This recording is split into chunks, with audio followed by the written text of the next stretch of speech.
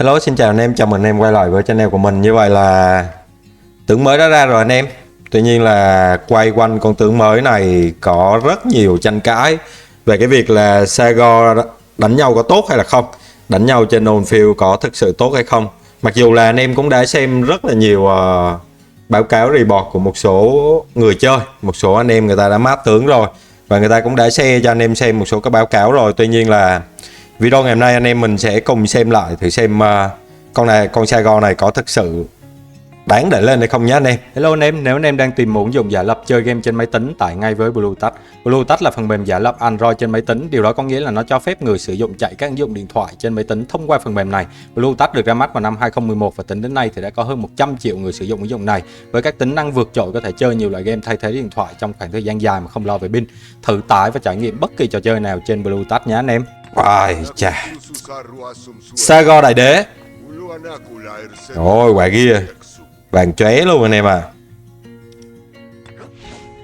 6 món để chơi bánh cửu. Rồi anh em mình sẽ cùng xem về cái kỹ năng của nó trước nha. Bộ binh đa năng và kỹ năng. Một con tướng bộ binh kỹ năng.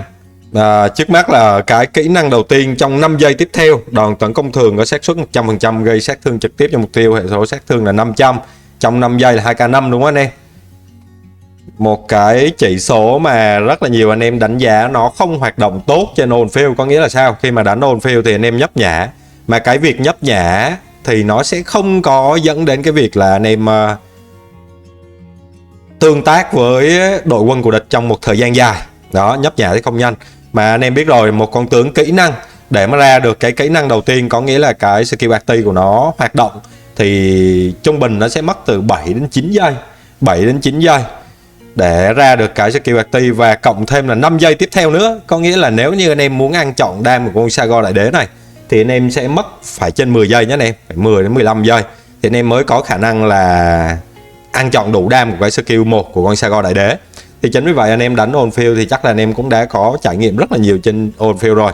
Thì anh em nghĩ xem mình có thể trụ đường hoặc bám đường từ 10 đến 15 giây để ăn đủ đam của con Sago hay không? Đó sẽ là một câu hỏi mà rất là nhiều anh em thắc mắc, và cá nhân mình thì mình cũng rất là đắn đo, bởi vì con chỉ huy này nó có những cái yếu tố tiềm tàng cực kỳ là nguy hiểm nhé anh em, kể cả trên sân, trên đánh on field luôn, nếu như anh em mình xem xét một cách tổng quan, một cái khái quát hơn. Rồi, nó cũng là một cái để anh em suy nghĩ ở cái kỹ năng 1. Nếu như anh em xác định đánh on field và anh em có thể trụ đường được trên 10 giây mỗi lần anh em đánh không nhấp nhả, và nếu có nhấp nhả thì cũng phải trên 10 giây thì anh em mới có thể ăn chọn được cái, gần như là chọn được cái hệ số đam đầu tiên của Sago đại đế. Và ở skill thứ hai anh em sẽ có thưởng tấn công bộ binh 10%. Cái chỉ số này thì mình thấy không quá là cao đúng không anh em. Tuy nhiên là anh em sẽ được thưởng máu 20%. Và ở đây thì anh em sẽ có là 100% gây một lần hiệu ứng cộng dồn đại đế cho đội quân mục tiêu, tăng 3% sát thương kỹ năng mà mục tiêu hứng chịu trong 10 giây. Cái đây nó sẽ tăng lên một cái hệ số sát thương kỹ năng gây thêm ở cái skill 1 của đại đế, ở cái skill 1 của con chỉ huy đại đế, sát thương kỹ năng thêm cho một số các con tướng mà kẹp cùng con Sago đại đế này. Skill thứ ba thì là thưởng tốc độ diễu hành bộ binh 15%, một cái chỉ số cũng không phải gọi là quá cao đúng không anh em. Tăng sát thương bộ binh 10% và thưởng sát thương 30%. Tăng 30% tất cả các sát thương mà đội quân do chỉ này gây ra trong 3 giây. Trong 3 giây thì mình nghĩ là nó không quá là dài. Cá nhân mình thấy cái 3 giây này nó không quá dài anh em ạ. Thêm cái việc là anh em nhấp nhả thì cái này nó càng không quá là hoạt động tốt trên on field. Tăng thưởng phòng thủ bộ binh là 10% khi ở trên chiến trường. Khi đội quân mục tiêu nhận 10 cộng dồn hiệu ứng đại đế, tất cả cộng dồn sẽ bị xóa và đội quân mục tiêu sẽ chịu sát thương. Cái này nó sẽ gây thêm một hệ số sát thương 1k đam. 1k đam thì là cao ấy. Ngoài ra đội quân sẽ nhận một khiên kéo dài 5 giây, hệ số khiên là 300. Khiên của cá nhân con này nó sẽ tạo một cái khiên nữa nhé anh em. Giảm 15% sát thương kỹ năng mà đội quân chỉ huy này gánh chịu, một cái chỉ số mình nghĩ cũng khá là tốt khi mà anh em đánh on field. Khi đội quân bị trúng đòn tấn công bình thường, khi đội quân bị trúng đòn tấn công bình thường có nghĩa là trong 1 giây nó sẽ có một lượt phản công và một lượt tấn công. Thì khi mà anh em bị tấn công có nghĩa là chỉ cần 1 giây thôi, con chỉ huy này sẽ có xác suất 50% gây cộng dồn hiệu ứng đại đế và mục tiêu kẻ thù. Nếu cái kỹ năng này được kích hoạt khi đội quân chỉ huy nhận khiên, nó sẽ gây thêm cộng dồn hiệu ứng đại đế. Có thể kích hoạt kỹ năng này 8 giây một lần Đây cũng chính là cái yếu tố tiềm tàng mình nghĩ là cái hệ số xác suất ở cái chuyên môn của Sago nó sẽ nhảy liên tục nhé anh em. Rồi vậy thì có nên lên Sago hay không? Câu trả lời của mình là vẫn là không nhé anh em. Bởi vì đánh on field thì việc lên Sago đại đế nó giống như là anh em chơi kiểu may rủi đấy anh em ạ, hên xui ấy. Đánh on field hên xui vì tất cả kỹ năng của nó, anh em muốn ăn đủ đam hoặc là nhận một số cái hiệu ứng boost kích hoạt của nó đều phải hên xui hết. Vì em đánh on field là nhấp nhả. Và thêm một cái nữa, có nên lên Sago đại đế hay không? Mình nghĩ là vẫn có, bởi vì những anh em mà chuyên bộ, những anh em mà chơi chuyên bộ, bởi vì anh em chuyên bộ thì bây giờ chỉ có thứ nhất là Quang Vũ, thứ hai là SC, hai đạo rồi thôi, hết rồi. Còn tất cả những con tướng khác hầu hết là gần như là đã out meta hết rồi. Thì Sago đại đế cũng là một con chỉ huy mà mình đánh giá có thể nó nằm trong top 3 những con chỉ huy khá là tốt. Để đánh được con Sago này anh em sẽ phải đánh có một bộ gear khá là tốt để có thể đu bám được địch, có nghĩa là đu bám được địch trong thời gian dài, mà như mình nói là phải trên 10 giây đấy anh em ạ. Đó, thế nên là việc lên con tướng Sago này thứ nhất nó dành cho anh em chơi chuyên về bộ, có nghĩa là anh em đam mê bộ binh. Giống như cái tài khoản này có rất nhiều là bộ binh, anh em thấy là rất nhiều bộ binh nhé, gần như là mát những con bộ binh đánh on field rồi, thì thế nên là người ta mới quyết định lên Sago. Còn nếu như mà anh em muốn có một cái lối đánh dễ dàng hơn và một cái lối đánh chắc chắn hơn, nó không kiểu hên xui may rủi, thì anh em có thể chuyển sang chơi kỵ và cung, thì mình nghĩ là nó vẫn thích hợp hơn. Rồi, nói chung là tùy vào mỗi quan điểm và mỗi nhận định. Trong khi đó con Sago này vẫn chưa có ai đánh thực tế trên on field. Phải có một người chơi cầm con tướng này và đánh thực tế trên on field để xem cái tương tác về cái lượng skill thực tế, là để xem nó giao dịch lời hay lỗ, thế thôi. Đánh on field nó mới quan trọng, chứ còn anh em xem một số cái báo cáo trên Facebook thì mình nghĩ là ai cũng xem hết rồi. Thì thế nên tuy nhiên là anh em chỉ thấy Sago này nó chỉ đi tốt với mỗi một con SC thôi là tốt nhất thôi. Đó cũng là một cái giải pháp nếu như mà anh em mới chơi chưa có một con tướng nào hết, thì anh em cũng có thể lên SC Sago, nhưng mà nó hơi khó ở chỗ là mình chỉ thấy đi với mỗi con SC là có cái report báo cáo tốt nhất, còn tất cả những con chỉ huy còn lại đều không tốt hết. Thế nên là nó cũng hơi bị khó để lên tướng. Thay vì vậy lên Vũ với SC vẫn là lựa chọn số 1 hơn, bởi cái skill câm lặng của Vũ thì chắc chắn là best rồi. Thêm một cái nữa là Vũ cũng có thể gây được sát thương AOE và số kỹ năng cũng không quá là tệ, rất là cao. Thế nên là Vũ với SC vẫn là lựa chọn số 1 thay thế cho SC với lại Sago nhé anh em. Không nhất thiết cứ phải tướng mới thì nó mới tốt đâu. Xem talent xem nào. Mắt kỹ năng. Talent mắt kỹ năng, tăng máu bộ, tốc. Chủ hạt lấy khá là nhiều tốc ấy. Anh em cũng có thể tham khảo cái cây tài năng như thế này nhá, mình nghĩ là cũng tạm ổn rồi. Còn về cái cách kết hợp tướng thì mình thấy là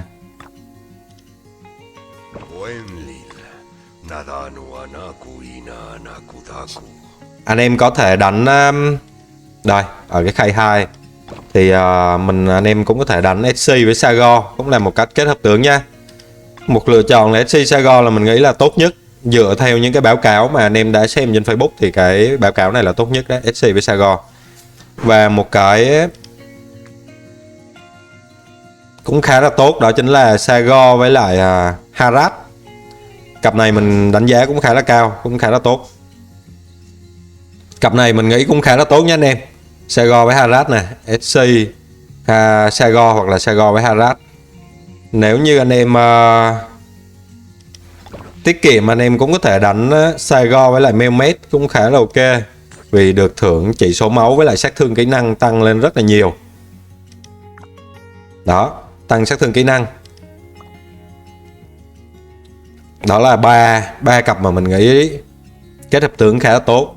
SC Sago với lại Harat hoặc là Sago Melmet. Ok, bây giờ mình sẽ test thử con Sago đại đế này thử nhé anh em. Sago với SC cũng là cặp mạnh nhất mà theo những cái báo cáo mà anh em xem trên Facebook, thì mình cũng sẽ test thử cặp này thử coi như thế nào nha. Ở đây thì đang trong map KVK, tuy nhiên là VIP mình đang test với account là với test với ạc của Boca nhé anh em. Cũng nền văn minh Pháp, mình nền văn minh Pháp, Boca cũng VIP 16, ạc này cũng VIP 16 luôn. Bây giờ thì tháo gear thôi để cho hai ạc giống như nhau, nó chỉ lệch một chút về tất KVK, chính vậy là cái báo cáo nó sẽ không chính xác hoàn toàn nhé anh em. Đây về tất công nghệ thì ở đây để mình xem nào. Bộ tấn công 10/10, cái dàn quân tấn công 19/10 nhé. Đây là ạc mình đang test nhé,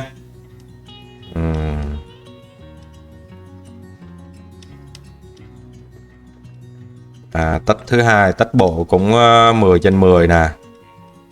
Và một cái tách cuối là thiệt hại. Tách thiệt hại thì chưa có nhá. Lát nữa mình sẽ sau cái bút tách của KVK của bên Boca luôn cho anh em xem nhé.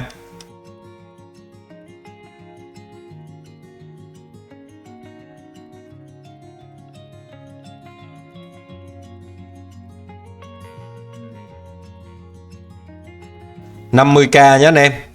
Vũ Messi tháo ghi rồi. Talent thì không reset, bởi vì talent này là nó là điểm mạnh của con tướng nhé. Mình giải thích luôn rồi, bởi vì nhiều anh em lại bảo là sao Tết mà không reset talent, mà vì talent nó là điểm mạnh của mỗi con tướng rồi. Cái đây là không phải để như vậy. Sài 50k. Chắc chắn là con này mà solo 1-1 thì nó phải khỏe, đó là chuyện hiển nhiên rồi nhá anh em. Bởi vì skill nó tương tác theo thời gian, mà solo nó làm một thời gian rất là lâu về dài. Đó, chính vậy là nó khỏe là cái chuyện hiển nhiên rồi. Vô quất Vũ USC top một bộ binh để xem như thế nào đây.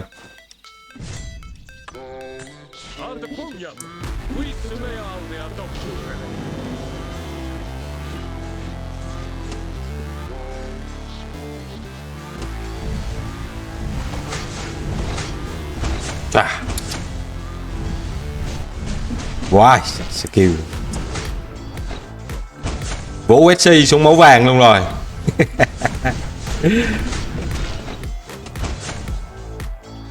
Ồ, đam đỏ nhỏ thấy chưa? Đó, cái đam đỏ nhỏ nó nhảy đó là cái hệ số sát thương theo thời gian của con Sago đấy. Ôi, mạnh thật. Ôi, mẹ solo mạnh ghê trời.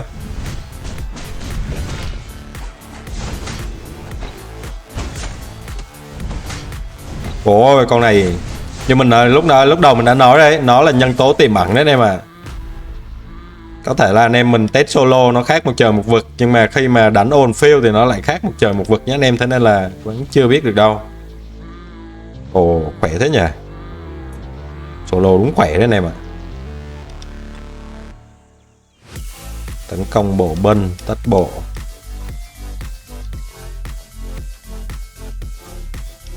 Khỏe phết.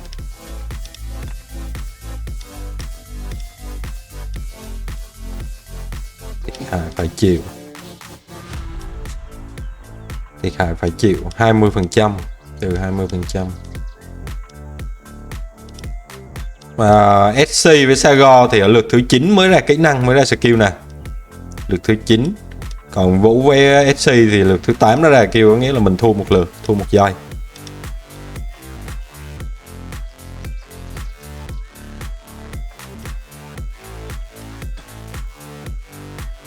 Ồ, khỏe ghê ta. Rồi bây giờ thì mình sẽ thử lại Sago với lại Harat nhé anh em. 50k.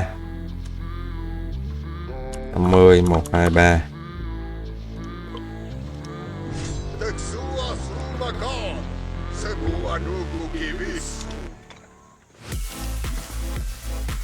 Rồi ok. Được cái nào.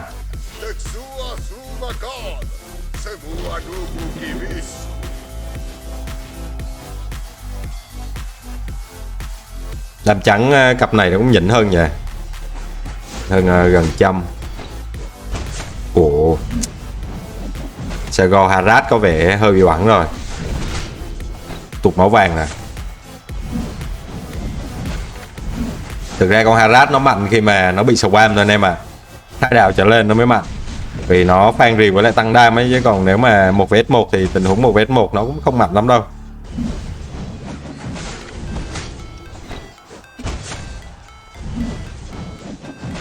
Bắn rồi.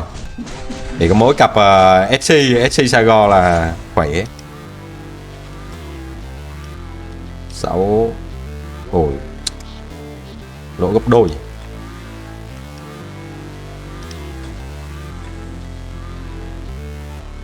Thương bộ binh. Thiệt hại phản công 20%, sát thương bộ binh tấn công. Phía SC với lại Vũ máu bộ nó tới 20% rồi.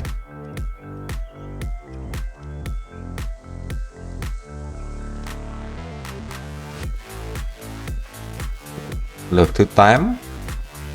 Vũ nó vẫn ra skill trước, 8 giây là ra skill rồi. Mình tới 10 giây mới ra skill.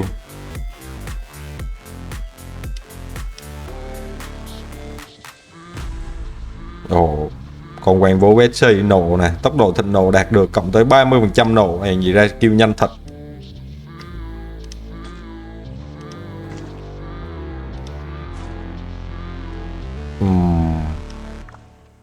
Sago với Alex thử nhé anh em.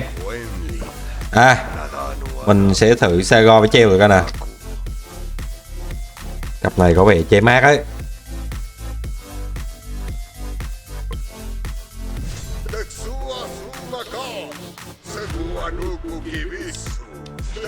Thử coi Sago với treo như thế nào đây.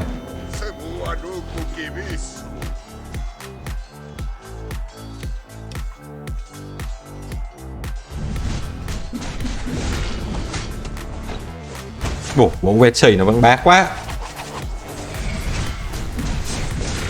Mình mẫu vàng trước nó một chút xíu. Chậm hơn 2 lượt. Ồ, treo cũng khỏe phết nha. Treo mà 1-1 mà nó khỏe lắm ấy anh em ạ. Máu đỏ trước rồi.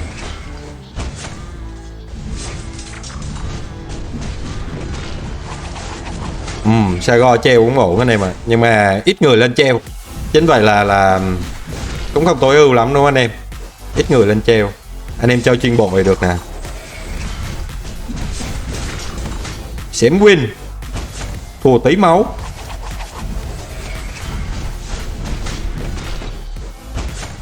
Ồ, win luôn mới ghê chứ. 447k hên vãi chưởng.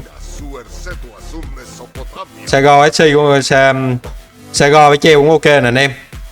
5k hết nè. Mình cũng hên xui nhịn hơn chút xíu thôi.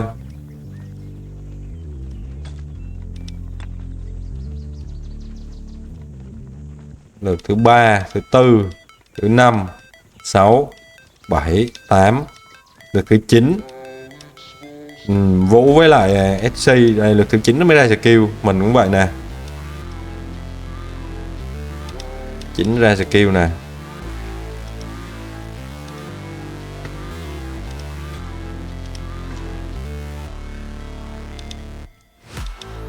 Hồi nãy mình đánh SC Sago đúng không? Bây giờ đánh Sago SC thì coi nè.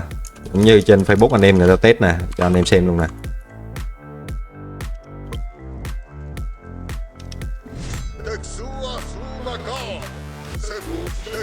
Vũ SC đang được đánh giá là top 1 bộ binh đó. Đó chính là lý do mà mình muốn test tất cả những cặp tướng còn lại cho với Vũ SC để xem nó như thế nào.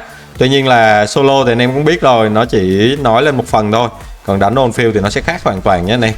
Về đánh field thì anh em sẽ không có cái lượng tương tác giống như là hai đạo quân đánh nhau với một thời gian dài như thế này. Nó tới mấy chục giây là nên nó sẽ khác nhau rất là nhiều. Sago SC, hồi nãy là SC Sago. Bây giờ mình sẽ để Sago chính. Sài Gòn nghe anh em. Sài Gòn Rock. SC chính vẫn ngon hơn nha, cái debut của nó ấy. Như anh em thấy nè, cái debut con SC trước xong rồi cái skill của con Saigon nó sẽ tương tác theo giây thì mình nghĩ là nó vẫn ok hơn. Như cái báo trước lúc mà cái báo cáo trước lúc nãy mình solo mình cho anh em xem rồi ấy. Cặp này thì vẫn ăn thôi nhưng mà có vẻ là không bằng SC với lại Saigon. Đây là Saigon với SC. Đây. Cặp này thì không nhỉnh lắm đúng không anh em? Lúc nãy là SC với Saigon nè, 4k 6k nè. Còn bây giờ là Saigon với SC nè. Cho nên để con SC trước vẫn ngon hơn về cái debut của nó. Cái debut của nó trước, SC nó debut trước ở đây nè anh em, nó trừ máu trước nè thì nó vẫn ngon hơn nhá.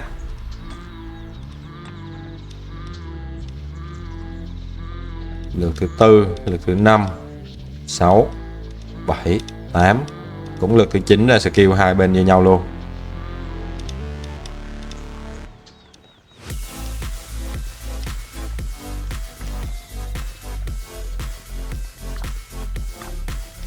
Sago treo. Sago với lại Vũ đi. Chưa test Vũ với Sagon luôn anh em. Mình sẽ tháo gear Vũ luôn.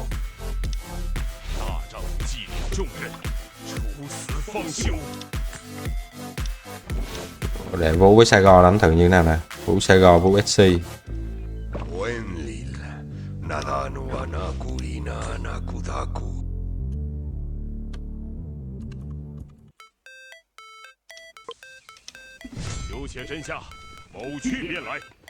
Con Sagon này giống y chang phiên bản Gil, nhưng mà Gil cung, còn đây là Sagon bộ binh, không khác gì con Gil.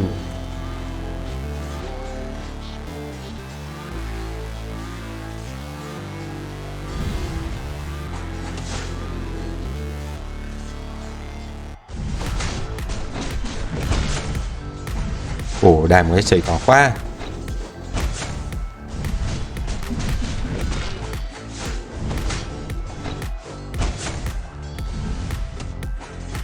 Tính ra nếu mà đánh on field thì Vũ SC vẫn hơn, bởi vì nó AOE nhiều, thêm cái nữa là nó debut còn SC nó khó chịu hơn. Sagon nó chỉ đam đơn mục tiêu thôi. Thì nếu mà Vũ với Sagon mà nó có thắng Vũ với lại SC đi nữa thì Vũ với SC đánh field nó vẫn ngon hơn này mà. Vì tính về cái tính hiệu quả của nó trên sân thì nó vẫn khỏe hơn. Thôi ăn luôn kìa. Đấy, sát thương theo dây những lợi hại chưa? Ăn cặp Vũ SC luôn kìa. Nhưng mà nếu mà có ăn thì như mình đã nói đấy, không có ảnh hưởng gì nhiều, vì đánh field nó khác hoàn toàn. Ăn luôn nhé anh em. Còn 4k nè. Nhìn nó chút xíu thôi.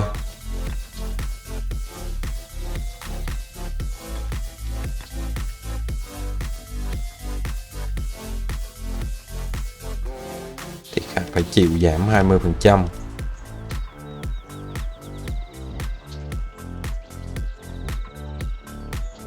Chính ra skill.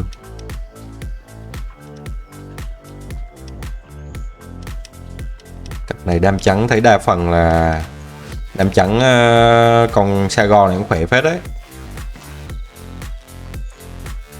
Rồi, Vũ Sagon rồi. Giờ còn cặp nào nữa không? Sagon là tướng kỹ năng, thường nó sẽ đi chính anh em ạ. Sagon Alat đi. Full bộ. Đậm máu phết. Sagon Alat chắc nó xiên cho chết luôn quá. Alat nó đâu bao nhiêu đam đâu anh em. Sagon Alat Vũ SC nó xiên chết.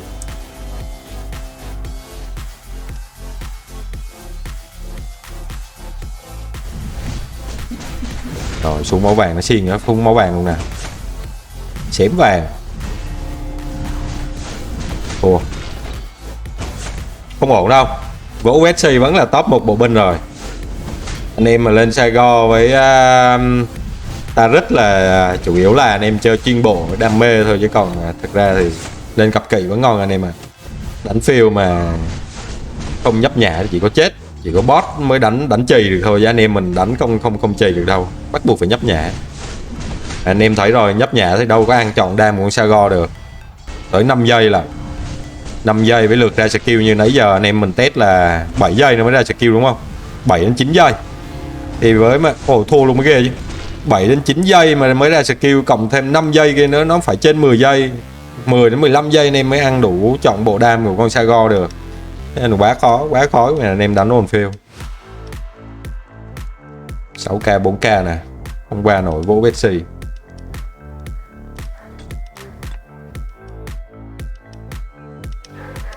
9 giây mới ra nè. 9 giây mới ra skill.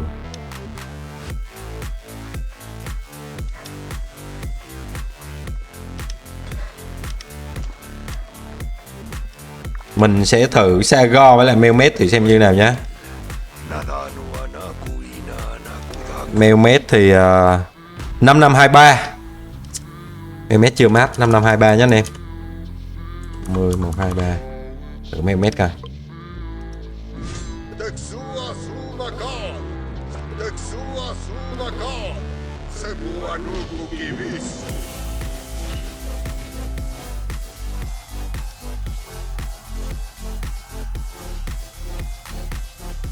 Được thưởng sát thương kỹ năng với máu.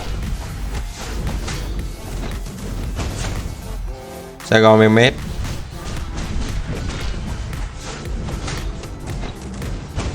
Cũng đâu đến nỗi đâu anh em, đánh cũng được đấy. Con Mehmet này sang chân phạt khỏe cực.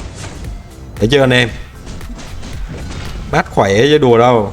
Mình đang có dự định là chơi con Taric với lại Mehmet ấy. Không biết anh em nghĩ sao về cặp đấy. Mình đang dự kiến là lên con thống đốc, con Taric.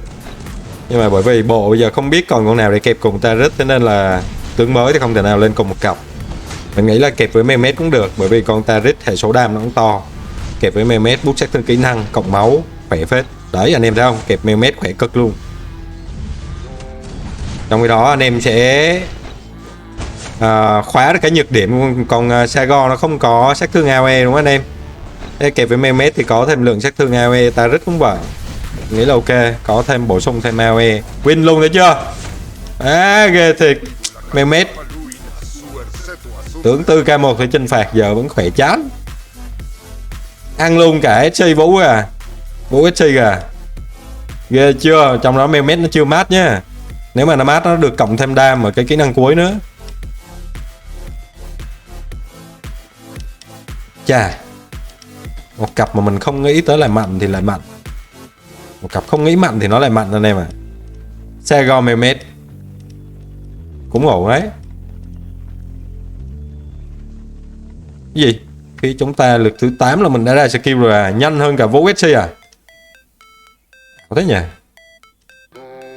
Phát này mình ra skill trước thì mình mới ăn hay sao ấy. Nhanh hơn cả Vũ SC kìa. Lực thứ 8 nó ra skill rồi.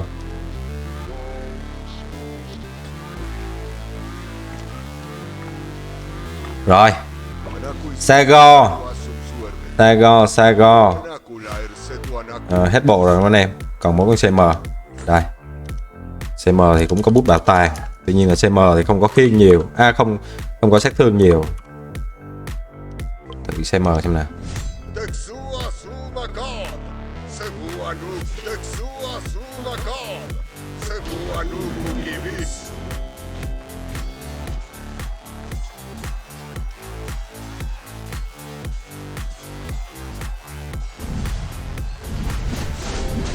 CM là chủ yếu giảm đam trắng nhiều.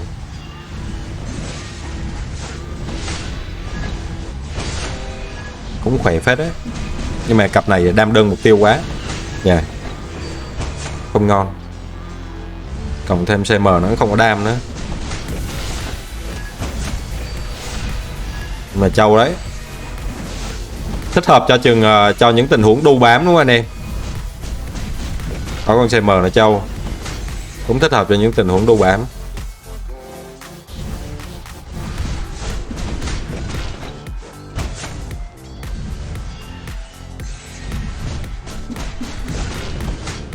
Ồ, không win được đâu. Vũ SC sát thương nó cao quá, không win được.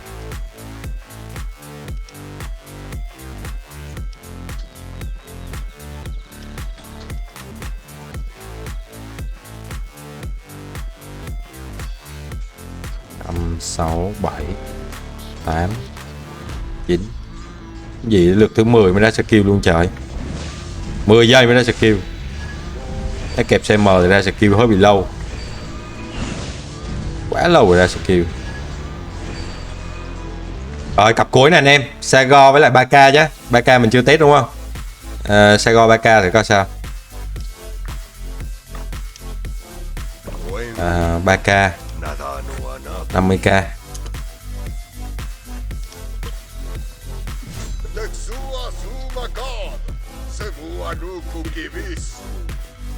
Sago 3k chắc cũng tán quéo giò quá.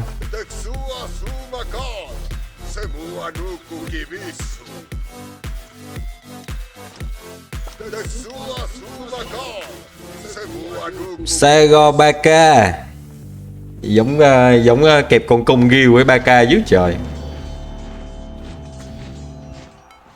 Đam trắng ổn đấy.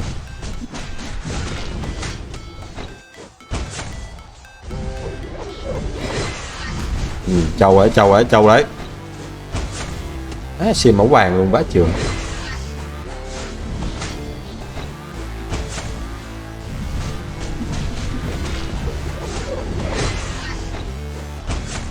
Kẹp 3k trâu phết nha.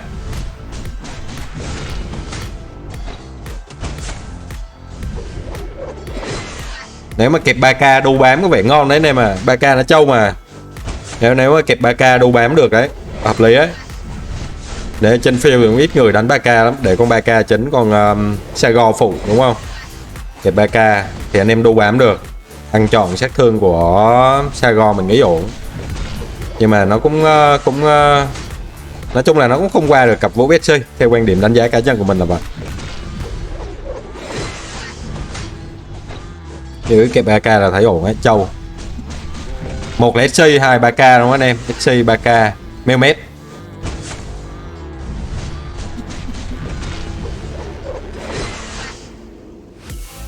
Châu cũng gãy thôi.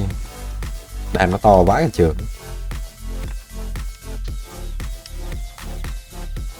Máu bộ 116.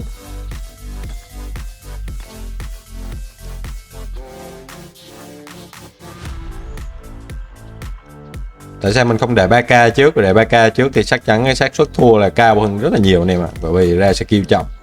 Từ kỹ năng nó chém bây giờ đau lắm. Nên mình không để 3k chính là vậy.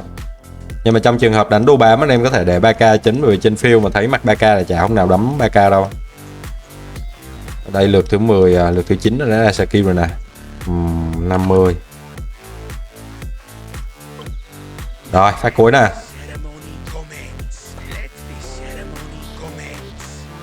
3k là chắc chắn là chết còn nhanh hơn cả Sago chính á, bởi vì ra skill chậm thì bố Vessi nó chém nó câm lặng cho nó reboot nữa, đúng khóc ròng với nó luôn. Nó chém trước thì giờ anh em câm lặng tắt nắng.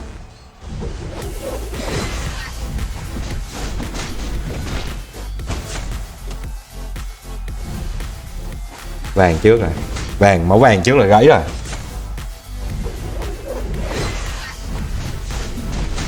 Rồi công nhận 3k trâu phết. Vừa câm lặng vừa reboot. Messi cũng khó chịu thật.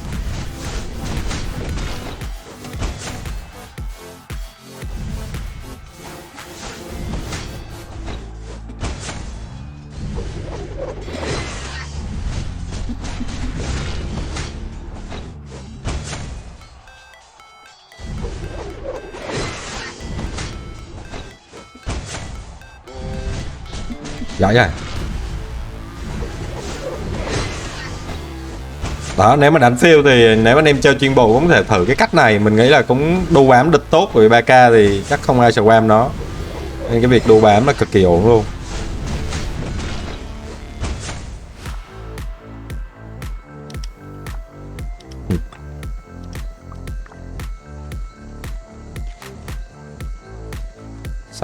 Sáu k.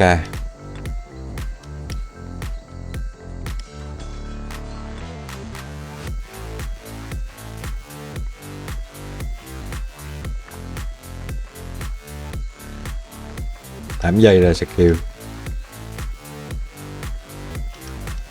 Mình ăn cái câm lặng xong 13 giây sau mới ra skill. Đến quỷ. Ăn câm lặng xong mất 3 giây. Rồi ok, thế thôi nhé anh em. Coi như là mình cũng đã test cho anh em xem về một số cách kết nối tướng giữa con Sago tướng bộ mới với lại cặp bộ binh mạnh nhất hiện tại bây giờ là Vũ Betsy. Đó thì cũng test cho anh em xem rồi. Như vậy thì anh em chắc là anh em cũng có một số suy nghĩ và lựa chọn tốt hơn về cái con tướng Sago mới này. Còn Taric thì hiện tại vẫn chưa biết được, và kể cả Sago thì hiện tại bây giờ cũng chỉ test thôi, solo là một phần thôi.